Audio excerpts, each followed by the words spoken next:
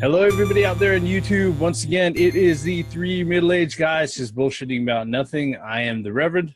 The theme here. The Gray Mouse One. Actually, we're not bullshitting about nothing. What we're going to be bullshitting about is happy anniversaries. And we're not talking about wedding anniversaries. We're talking about the anniversaries, or how can you say maybe birthdays, of beloved video game classics that have reached much farther than just 1 year or 2 years out there. The first one that comes up to mind in general that just happened August 6th is the anniversary of Metroid. Oh boy.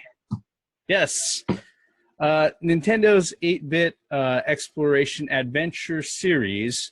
When they put this out, you can see it right there. It's called the Adventure Series. Adventure Series. Yeah. That's when Nintendo were marking their series and shit. Exactly. They sat there. They had an idea that the genre thing was going to come up, and as far as classifying things for to make it easy for marketing, not only marketing but also for consumers to go ahead and go out of their way to purchase and everything else, they started classifying things. And then Metroid was one of them, and it was a classic game that was very atmospheric. Gave you a huge area to go out of your way to explore. That was a lot of platforming and everything else. And this came out before Zelda, if I remember correctly. It did. Yeah, Like almost a year and something, I think. Yeah. No, maybe that's a little bit stretching it a bit, but I think maybe by a few months or something like that, or maybe by a year. But yeah, Metroid, classic game. Huge success. I'll be honest, I didn't beat the first one until I actually started using the Nintendo Player's Guide to go ahead and with all the maps to get through it. Honest. But this game was so successful that it spawned many sequels. I thought I had a copy of the Game Boy version, but it must be. Yeah, that's Metroid 2. And there's Metroid 3, all right. Metroid 4, all right. Fusion.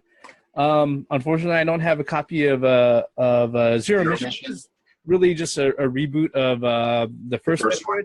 And then you have the Prime trilogy, all right.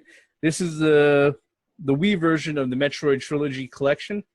If you want to go out of your way and actually, if you haven't played any of the Primes, this is a very good version. Actually, a really expensive version also fine. The Wii pointer and nunchuck movement works out really fucking well for this particular. better than it was for the GameCube? Yes. Yes, and that is no fucking lie. All right. And I have the first two games for the GameCube. All right. And then we have this thing.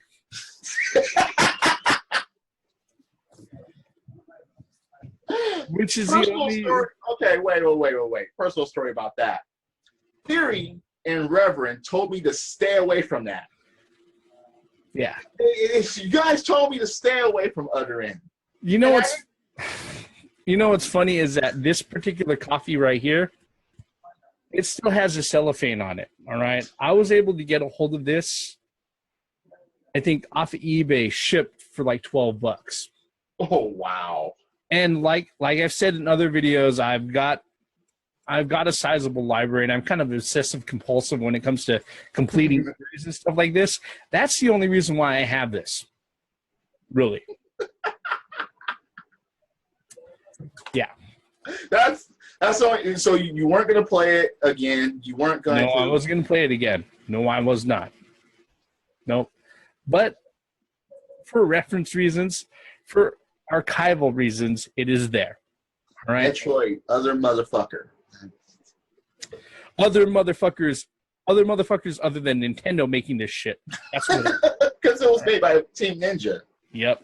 And because when you told me to stay away from Other End, I was like, why? And then you guys told me why. I was like, you've got to be kidding me. It can't be like that. And you guys were like, no, with this most serious looks on your faces. I mean, and just to say this about, particularly about Other M, You know, it's the thing about Other M is that it just seems really confused. It's no, because the thing is that there are certain parts of it that certain technical parts of it that just seem like they didn't know exactly what they wanted to do. Like the fact that you couldn't move and shoot missiles at the same time, that you're fixed in first person view. When in all the primes, you're in first person and you could move. That was really, really odd. And then, okay, giving Samus a voice, I'm not really complaining about that, but the fact that they went ahead and they turned her into some sort of whiny, weak chick. I mean, she sits there and she has a fucking nervous breakdown when she first meets Ridley, and she kicked the shit out of him 4 times in the previous other games. Yeah, first Metroid, second Metroid. Yeah, third Metroid. I mean, she beat the shit out of him like in other games prior. All right, it's like and it really got more advanced, and she still would beat the shit out of him. Yeah, but when she first meets him in Metroid Other M, she turns into a crying, like traumatized. She was this close to sitting there asking Miyamoto for a fucking safe space. There's only one time that Samus was jittery or ran away about anything, and that was the SAX on Fusion, where for the most part, you had to hide from that. Yeah. You couldn't face it head on. Either you have to hide or run away. Yep. That was it. But Ridley, are you serious? Yes. Even though Super Metroid, when Ridley shows up at the beginning and you're facing it until Ridley leaves with the Metroid baby, what? Yeah. Another story about Metroid, Metroid Prime. The first time I played it is with Grey Mouse 1 watching me. Grey Mouse 1 actually was like, hey, play this, see how you like it, because he had it on a GameCube. And I'm like, oh, hell yeah, this works. This works really well. So, Metroid, man, damn. 30 years. And look, come on. Metroid 5, please. A 2D Metroid. 2D. 5. Yes, the Primes. Yes, you've heard me say it on numerous videos already, but please, Metroid 5. That's gotta fucking happen, man. What are your thoughts, Grey Mouse? I know we've been rambling on for like the last 10 minutes. Go out of your way. Let us know what you think. Well, to start off with, you were close, but not quite.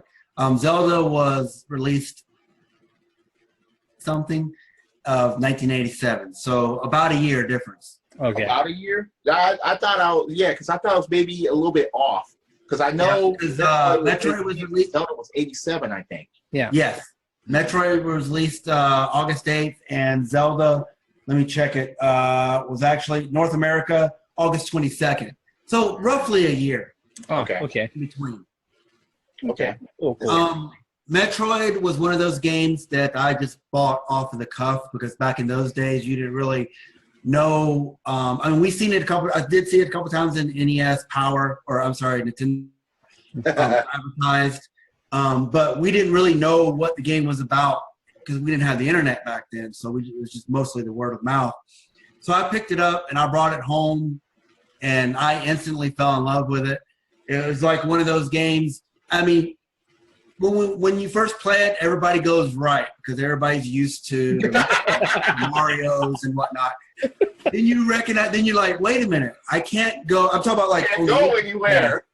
You can't go nowhere, so you go left to pick up the ball. Yep. The more so, and then I was hooked. I really was. It's one of those games that probably would have been better. One of those games that probably would have been better if it had an in-game map, and they rectified that with Super Metroid. Yes. But, yes. Like I have to admit, like the Reverend said, that I got lost. People were still getting lost in Super Metroid with the map. Yeah, it's one of those. It's one of those games that I will fondly hold, dear to my heart. God, man, Metroid. And then, like I said, Metroid Prime. I I thought about not getting it at first. Then it came on the GameCube. I picked it up, and I was really surprised at the transition between, third person to first person view, and vice versa. It was just very smooth animation, and it felt like the Metroid series. In fact, I believe that some of the best Metroid music ever is from the Primes. From Prime? Yeah. They remix some of the originals and put them on Prime. Yeah. Yep, correct. Some of them's remixed, but a lot of their new stuff, it's really, I've always played, when I play Metroid, it's always been an atmospheric game. Yeah. It's always been an atmospheric game. The music brings you right there. It feels like you're on, Planet ZBs or SR388 or whatever, You felt that you were there fighting these things. The music of that game spoke volumes. Either the music or when it was quiet. Yeah. When it's set mood, it's like, wait a minute, I just entered this place and there's nothing playing at all. What's up? Yep. Yeah. Or like when you go in the special rooms to get your weapons and stuff, that music, like, oh man. That was the only complaint that many had about Super Metroid. Every time you got an item, it played that music, and it's kind of slowed down the game sort of a bit. But other than that, it was the transition from Metroid, and then Metroid 2 that was on the Game Boy. But when Super Metroid hit, and this was a story that it told you a story without saying a word. Once you got past the intro, you were the one telling the story. And that was one of the main things that hooked me about the Metroid games. Well, with Super Metroid. Because it recaps Metroids 1 and 2. Yeah. And then, go ahead. No, I was just going to say, to add on to what you were saying, was that Super Metroid, at the very beginning, it's like you're playing the old Metroid 1 again.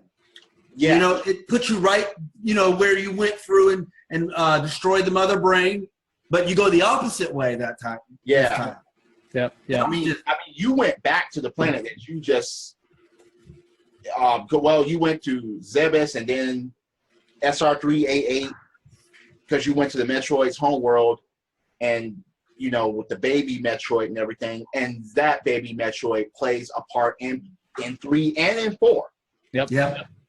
Which really, I was just like, oh wow, they actually carried this over, and that little baby sacrifices itself for you. Yep. That was a story told in gameplay that was really, really good because you had to understand, you understood that. Yep. There was no ifs, ands, or buts about it. You didn't even have to 100% these games in order to enjoy them. Yep. I love speeding up and running through things and speeding, and that and a screw attack are my favorite power-ups. Yep. Definitely Nintendo hit a home run with the Metroid series.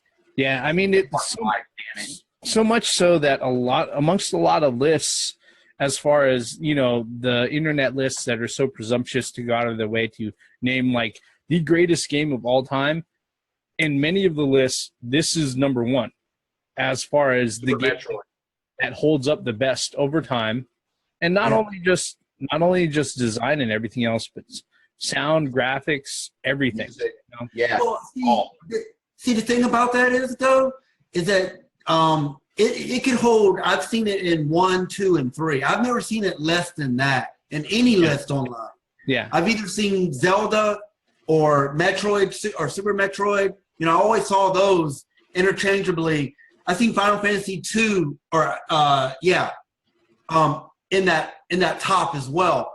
Yeah. But and Super Mario World. I've always seen those 5 in that little area. I've never seen them anything less. Yeah, and the thing about it is that that's there for a reason, and there's a reason why people are going out of their way to make recognition of the 30th anniversary for this classic game. Long-standing series always start out that way. And over the last week, there was actually another big anniversary that was passed up, a 25th anniversary, not a 30th anniversary. but the 25th anniversary for a 16-bit title, or a game that started out in 16-bit, actually, sadly, has never left 16-bit. This game right here,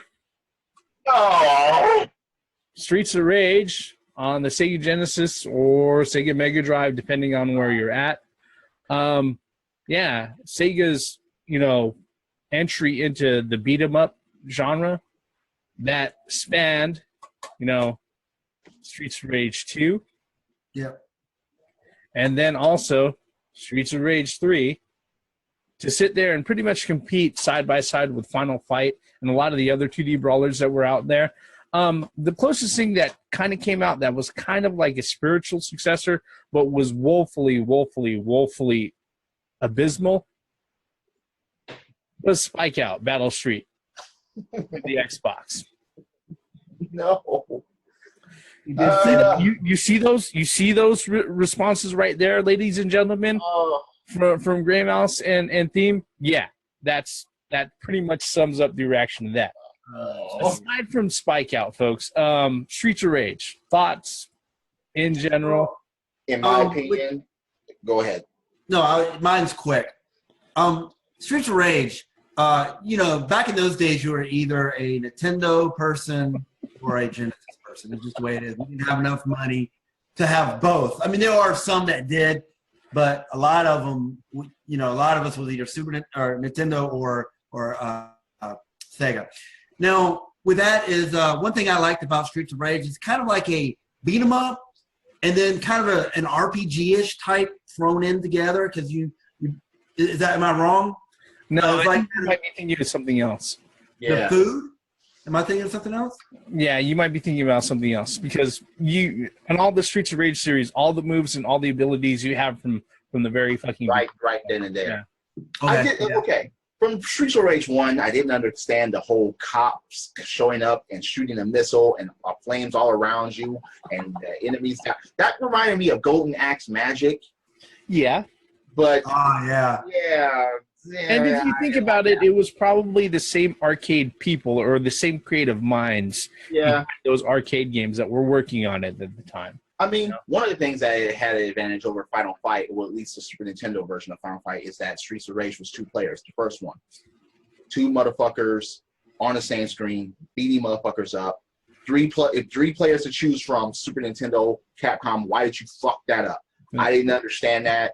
I remember getting Final Fight for my birthday, and I was like, arcade shit. And wait a minute, only 2 of the 3. I have a stage missing. I have a person missing. I can't play 2 players. What the middle finger was that? Streets of Rage rectified all of that, and it was a pretty good, pretty great game. Streets of Rage 2, however, 2 was the best one. Bare Knuckle 2, yeah, Streets of Rage. Music, graphics, sound, gameplay, everything was top notch. The introduction of Skate. Okay, it was funny how Skate, he couldn't hold a pipe.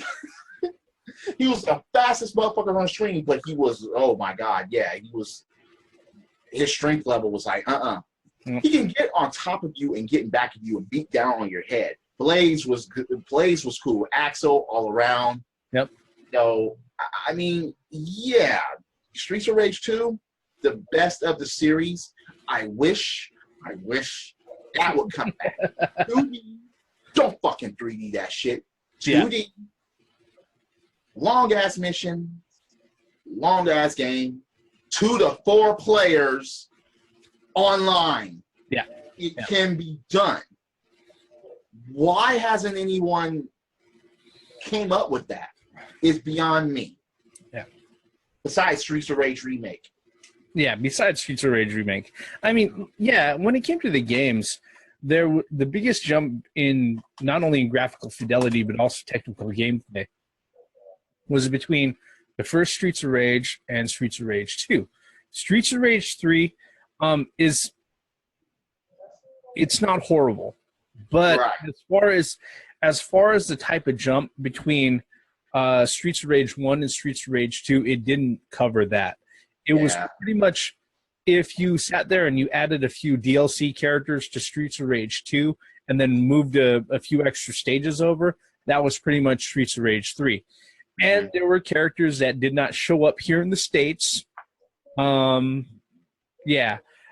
You can look it up, the differences between the Japanese Streets of Rage and the U.S. Streets of Rage. But I think the saddest thing about Streets of Rage isn't the fact that it's a great series. It's the fact that Sega was planning on releasing a fourth one for the Dreamcast. But what happened at the time was that Bernie Stolar, who wanted a job at Microsoft, he's an ex-EA guy, and there was a reason why a few videos ago I said that, you know, all these EA guys, ex-EA guys who are in charge of places like Microsoft or other gaming divisions and stuff like that should just be given the boot and just be let out the fucking door, is that he went ahead and whenever they brought up the idea of releasing Streets of Rage 4 out for the Dreamcast, he was like, does that series even exist? The whole reason why Streets of Rage 4 wasn't released on the Dreamcast was because Bernie fucking Stolar didn't know it was an established fucking series. How do you not know that? Well, okay, look. He was hunting for a Microsoft paycheck. We both know this. Understood. But how the fuck are you going to be working in the gaming industry and not know your gaming history? That pisses me off because it's like, oh, wait, is Mario something substantial? Who would say something that fucking stupid? But wait, Golden Axe? No, that wasn't really something big. I just really, that's no. Zelda. Man, that ain't shit. Final Fantasy. What? Just motherfuckers walking in a row and magic. No, that won't make it. No, people are not looking forward to that shit. Yeah. Yet you got motherfuckers that are excited for fucking Shaq Fu 2. Are you fucking kidding me? You're gonna so especially in this day and age communication. Yeah. Streets of Rage 2, how about it? That message alone would get so many retweets or reposts or views or whatever. Another Streets of Rage? Okay, 2D or 3D? Get fucking 2D ammunition from the fans. 2D, yeah, yes. That would eat everything up. I don't think E3. I don't think that 3D would be even a part of the equation, and it shouldn't be because 3D. No, they can do 3D. Just don't change the style of play. You know. Wait, that's not. Is that possible? Yes, it is. All right, they just have to have the right people working on it. Okay, that's another topic, and that's probably something else that we're going to touch in a few minutes. But before we do that, Gray Mouse, any thoughts? All I could say is that they need to lend them out to Capcom so we can get them in Street Fighter. or better yet, lend it out to former Capcom employees. Okay, the guys who used to be at Clover Studios, Platinum Games, to go ahead and put together a new Streets of Rage. Mighty Number Rage. What's up? Mighty Number Rage. No, not Concept. Platinum Games. Okay. So if they do that, you know, if they could lend them out to Capcom, those seems to me like those would be some good characters. Streets of Anger. Streets of I don't know, discontent. Boulevards of discontent. Streets of Irate. Yeah. Stuck in traffic or something. You know, I don't get it. That sounds like a simulator for like a driving simulator for pretty much LA traffic when you're stuck on the 405. Otherwise, let's look. That's a parking lot. Yeah. Okay. Right, look, if you're on a 405 in certain hours, shit, you might as well get out and walk. Yep. You'll get there faster. Yep. That aside, let's move on to something that, you know, we've been ragging on Sega over the last few videos. All right. And you deserve it. That's why. Yeah. But there was one thing that we mentioned a few weeks ago, especially in our video about the dumb things that that video game makers have made. When we brought up Sega, and we mentioned quite a bit about them. One of the things that we had mentioned is that, you know, Sega has this huge library of games, back library of games, including this. All right. That is just ripe for the picking for developers to go ahead and make games out of. Well, as we know, at Comic-Con, of course, announcing everything else except for comics, they went out of their way and they had their Sonic Boom event and they announced Sonic Mania. Basically, they went ahead and they've gotten an outside developer to go ahead and work on a brand new 2D Sonic in a pseudo 16/32-bit 2D style. Chris Whitehead is the main guy who's working on it, and he's the same guy who went out of his way to port over iOS versions of Sonic 1 and 2 and also Sonic CD. So this guy is actually somebody who knows a lot about the series, and he knows a lot about the franchise, and he has ideas on how to make things. He created his own 2D engine called the Retro Engine in order to port those games over to iOS.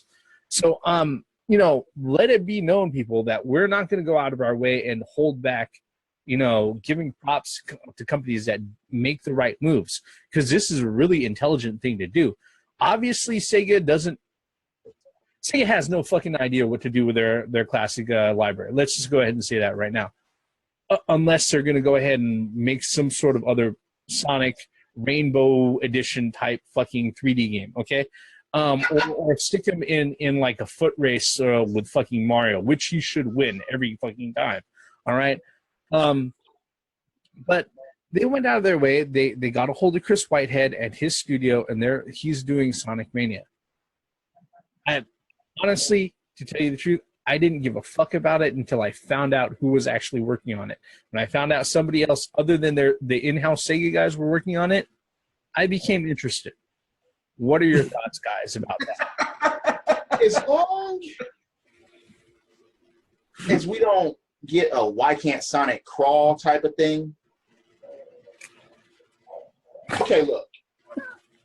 The game is structured around running, speed, rings, furry animals being saved, enemies, and certain deaths, okay? And certain intricate platforming sections. Yes. You forgot Chaos Gems. Well, okay, yeah. Yeah. Yeah. Chaos Control. Yeah. Gold Sonic or Platinum Shadow, whatever. Please understand that Sonic has been on a decline for years. Because he's been made fucked up. He's been put on the Kinect. He's been put in races against Mario and Olympic Games and shit like that. Sonic R for the Saturn. Okay, yeah. Look. Since Sonic Adventure and Sonic Advance, we haven't had a great Sonic game. Yep. Some have been okay, but not great. Yep. If these two Sonic games come out, and they are actually great, then welcome back. If they're not accepted because they're like, oh, they're too retro, fuck you. Go play all the older ones, including, and get the feel of it and come back. Play them, beat them, enjoy them, whatever. All you do is run. Okay, yeah, but you have to run very carefully and in precision and actually do certain things in order to fucking get the job done. Sonic is one of those icons that was threatening to overtake Mario at some point. He deserves to be treated right, and he deserves to be treated with respect. He deserves to have games that we can play, enjoy, enchant, whatever the fuck. I love Sonic, the older versions. Yep. As long as you bring those back and have them played properly, then I don't see any worries as far as it being good, great, or whatever. I just... What about you, Grey Mouse? What are your thoughts, really quick? I echo what Theme is saying. Sonic is another one of those games that I really enjoyed. And I have to agree with, since these two games are coming out, it's going to everybody's going to be watching them. Everybody's going to be looking at it and making, they're going to be watching to see if it's good. Which, the stuff that I've seen, the gameplay that I've seen thus far, I think the 2D one has Sonic, Knuckles, and Tails playing. Yep. Playable characters. The classic 16-bit characters. Yep. And that's a plus for me. And then I don't know what to really think about the 3D version with things blowing up in the background and Sonic standing his fist clenched and whatnot. That that's all we saw. We didn't really see what's going on. Yeah. But from what I've seen from the 2D, I'm all for that, and I'm really glad that that they're bringing that back. I just want them done right. Sonic is like the theme said. I mean, they were head to head between Mario and Sonic back in the day, the 16-bit era. It was a battle, and people thought that Sonic would come out on top. But it'd be nice to have a real Sonic game back again. And to those people that don't like retro, you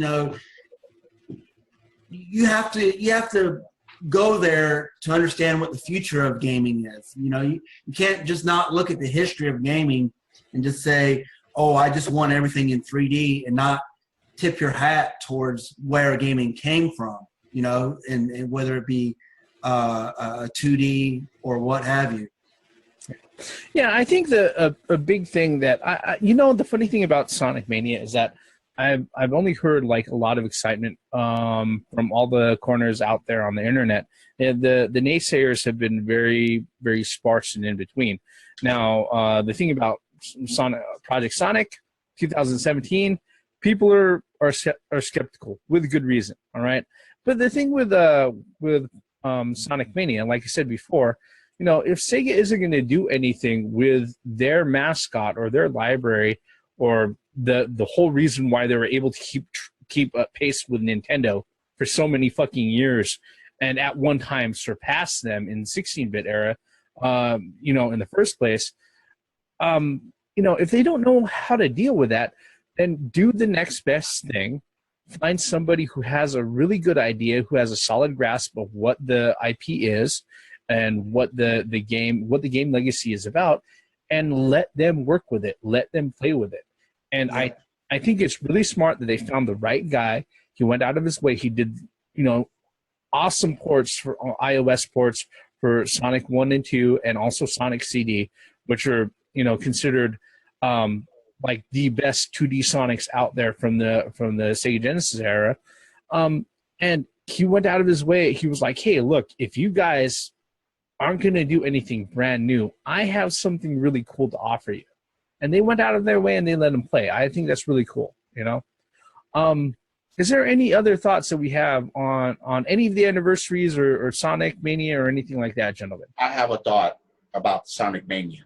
Go ahead. The only way that this is going to make any headway is that this is kind of done in a way that Sonic Adventure was done. Yeah. That is the only way it's actually gonna look as far as gameplay, sound, graphics. Okay, graphics can be up to this generation, but gameplay is very important here with a 3D Sonic. Yeah, it has to be done to a certain point where it doesn't insult you. There's like minimum glitches as possible, and that it plays like a fucking Sonic. Yeah. That's the only real requirements here.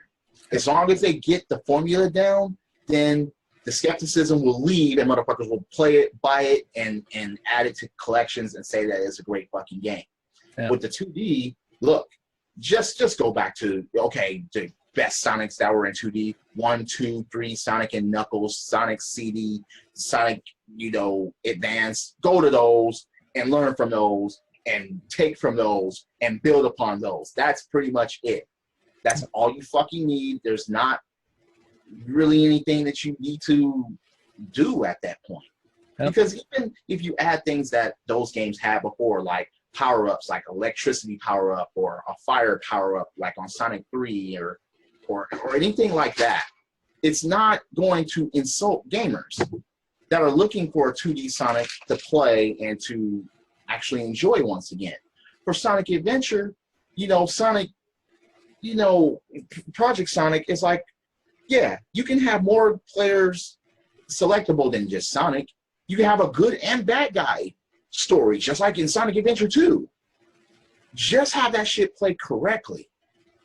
That's all we had. No Kinect support, no PlayStation Move, no dildo sticks, no. Just have it. Look, with these, god damn it, just controllers.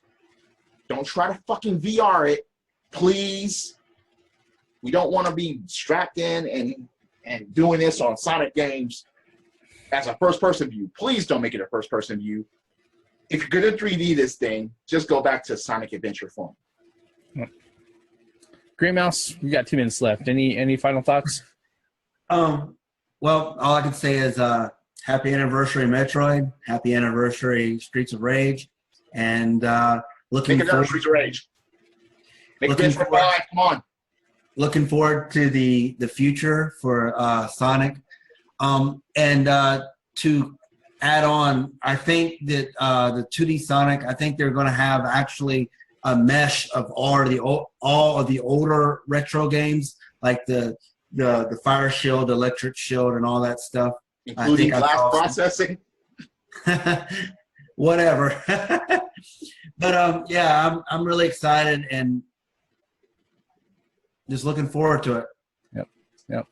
And I think that pretty much wraps us up on past anniversaries and our things. A little peer into the past as older gamers.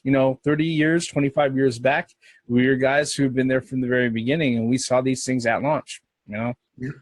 Like I say at the end of every video, thank you very much for sticking with us all the way to the end. If you're so kind, hit like, hit subscribe, check out all of our channels. If you think there's something we missed, go ahead and leave us a comment. We do more than enough to go out of our way to respond back, or we'll even make a video out of it if there's something that we'll go ahead and we like. All right. We are 3 middle-aged guys. We're just cutting the bullshit right here. I'm the Reverend. The theme here. Gray Mouse 1. Once again, for the benefits of common sense logic in gaming. Credits. Happy anniversary!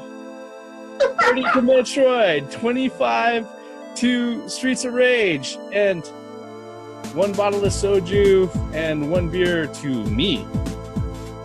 Kanpai! Bye.